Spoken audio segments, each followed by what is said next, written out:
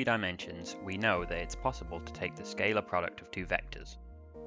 It is also possible to take the product of two vectors in 3 dimensions to obtain a vector. This is called the vector product, and is defined as follows.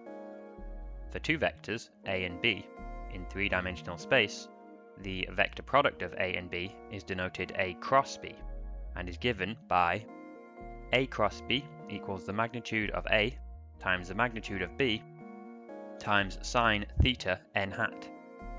A few notes. Theta is the angle between the two vectors. As with the scalar product, theta is always taken to be between 0 and 180 degrees. N hat is a unit vector perpendicular to both vectors. By unit vector, we mean a vector with magnitude 1. In general, a vector that is perpendicular to a given vector, plane or surface is called a normal to the vector, plane or surface. Hence why we denote such a vector with an n. The hat above the n is to denote that n is a unit vector in this case. This definition looks a lot like the definition for the scalar product, which we covered in a previous video. However, there are two differences, which are 1. We take sine of theta rather than cos of theta, and 2. We multiply the scalar part by a unit normal vector to make the result a vector. You'll recall the scalar product can also be called the dot product, since it is denoted with a dot. Likewise, the vector product can also be called the cross product. So, say we have two vectors in 3D space, for example A and B, here in the diagram.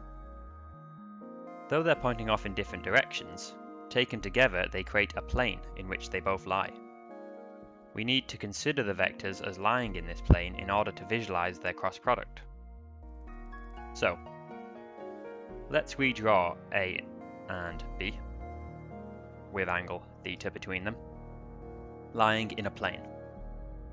Now, there are in fact two unit vectors that are perpendicular to both A and B, the one pointing up and the one pointing down. So, which vector do we use when calculating A cross B? Well, there's a method one can use to determine this. Start by visualizing the vectors in a plane, oriented the way we have them here. Then, if the vectors are this way round, we use this normal. And so A cross B points in this direction.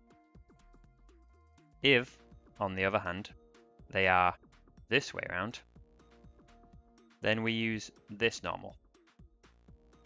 And A cross B points in this direction.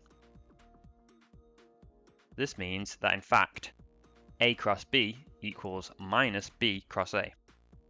Let's try an example. Say we have A and B such that the magnitude of A is 2, the magnitude of B is 3, the angle between them is 30 degrees, and A and B are oriented as in the diagram. What is B cross A? Well, using the formula stated earlier, the solution is B cross A equals 3 times 2 times sine 30 times n hat. This equals 6 times 0.5 times n hat, which is 3n hat. Since the vectors are oriented the way they are, and remember we're doing B cross A, not A cross B, we take n hat pointing up, so B cross A is this vector here. You'll notice that since we don't know the components of n hat, we can't explicitly write down B cross A in this case. In the next video, we'll look at computing the vector product using the vector's components, which will give us an explicit answer.